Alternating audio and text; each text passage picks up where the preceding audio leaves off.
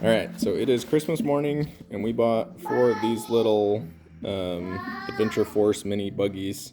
They also have a couple other styles, but they have this issue, and I'm going to show you what the issue is and how to fix it. So you can see the batteries are pretty snug. When you go to put them in, they don't really fit very well, right? Like they get kind of jammed and you have to kind of jam them in. So what happens is that when you put them in, either you put them in like that, and now you can see that there's this little gap here between the contact and the circuit isn't connected, or you'll have it working and then you start driving it around. Let's see, connect this one. You'll start driving it around and then you bump into something and bam, all of a sudden it doesn't work anymore. Of course it didn't do it that time, but you get the idea. What happens is you'll bump into something and then all of a sudden it goes like that, it gets jammed, doesn't work anymore. So the way to fix that is take the batteries out.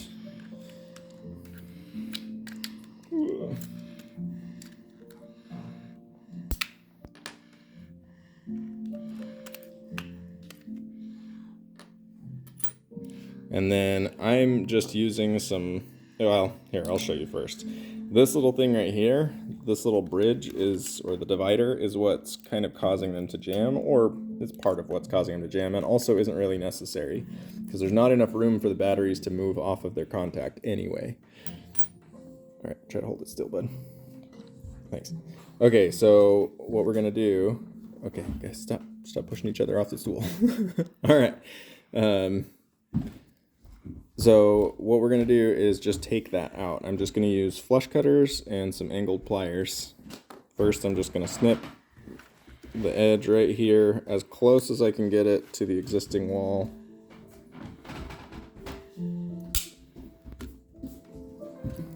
And the same thing on this side. So I'll show you, basically I'm going right here and I'm going to go flush with this. Sometimes it helps to kind of take it in a few passes if your cutters aren't very sharp. I mean, there's other things you could use to do this also. You don't have to use flush cutters.